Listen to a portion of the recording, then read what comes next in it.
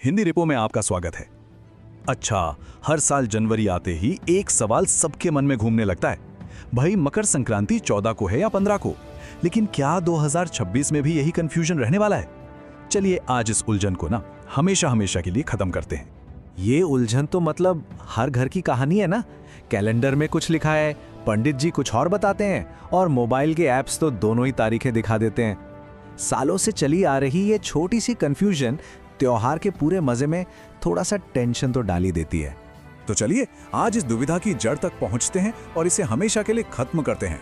इस वीडियो के आखिर तक 2026 की मकर संक्रांति की सही तारीख कौन सी है और क्यों है, ये सब कुछ एकदम शीशे की तरह साफ हो जाएगा। देखिए, सबसे पहले तो ये समझना होगा कि मकर संक्रांति सिर्फ कैलेंडर पर लिखी कोई तारीख नहीं है। अरे नहीं, ये त्योहार तो सीधे सीधे हमारे सूर्य देव की एक बहुत ही खास यात्रा से जुड़ा हुआ है।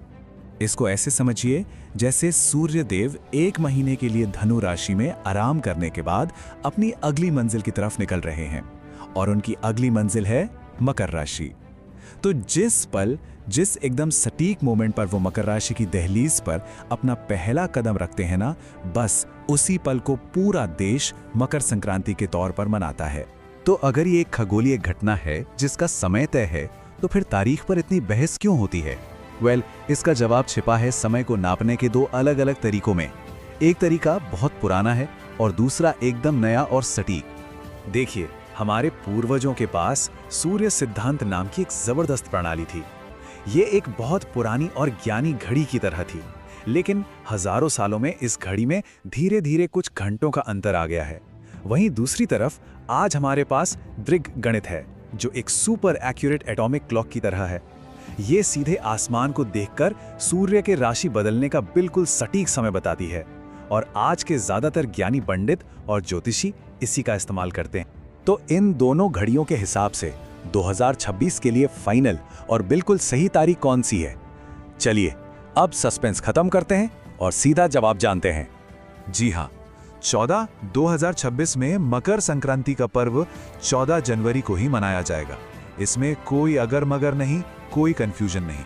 तारीख है 14 जनवरी, इसे लॉक कर लीजिए।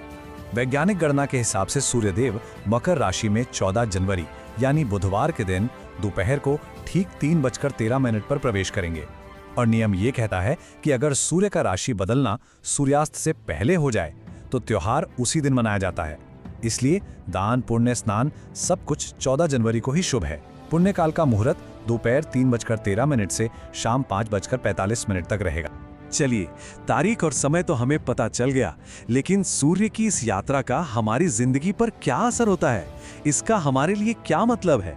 आइए अब ये समझते हैं। देखिए, ज्योतिष के हिसाब से मकर संक्रांति से ठीक पहले का जो एक महीना होता है ना, उसे खरमास कहते हैं।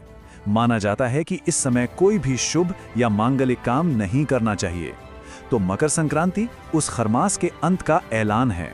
ये एक नई, ताजी और पॉजिटिव एनर्जी की शुरुआत है। इसका सीधा सा मतलब यह है कि वो सभी शुभ काम जो खरमास की वजह से रुके हुए थे, अब उनके लिए ग्रीन सिग्नल है। जैसे शादी ब्याह की तैयारी करना हो, कोई नया बिजनेस शुरू करना हो, नए घर में गृह प्रवेश करना हो या फिर अपनी सेहत के लिए कोई नई शुरुआत करनी हो, अब इन सभी कामों के लिए समय एकदम शुभ है। और इस एक खगोलीय घटना की सबसे खूबसूरत बात पता है क्या है? ये पूरे भारत को उत्सव के एक ही धागे में पिरो देती है।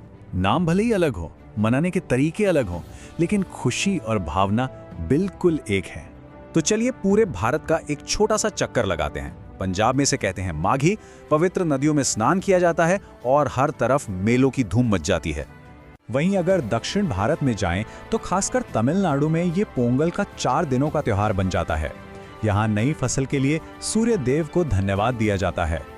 और पूरब में असम इसे माघ बिहू के रूप में मनाता है, जहाँ तरह तरह के स्वादिष्ट पकवान बनते हैं और अलाव जलाकर सब मिलकर जश्न मनाते हैं। और गुजरात की तो बात ही क्या है, वहां तो आसमान ही एक रंगीन कैनवास बन जाता है, जो उत्तरायण के दिन लाखों पतंगों से भर जाता है। ये नज़ारा तो वाकई देखने लायक होता है।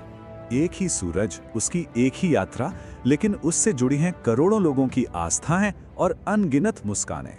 ये त्योहार हमें याद दिलाता है कि ये नई शुरुआत का समय है। तो जब ब्रह्मांड एक नया चैप्टर शुरू कर रहा है तो ये सोचने का भी समय है कि हम अपनी जिंदगी में कौन सी नई और अच्छी शुरुआत करना चाहते हैं। उम्मीद है 2026 के मकर संक्रांति को लेकर अब कोई भी कंफ्यूजन बाकी नहीं रहा होगा। ऐसे ही दिलचस्प विषयों को आसान भाषा में समझने के लिए हिंदी रेपो को सब्सक्राइब करना बिल्कुल ना भूलें। धन्यवाद।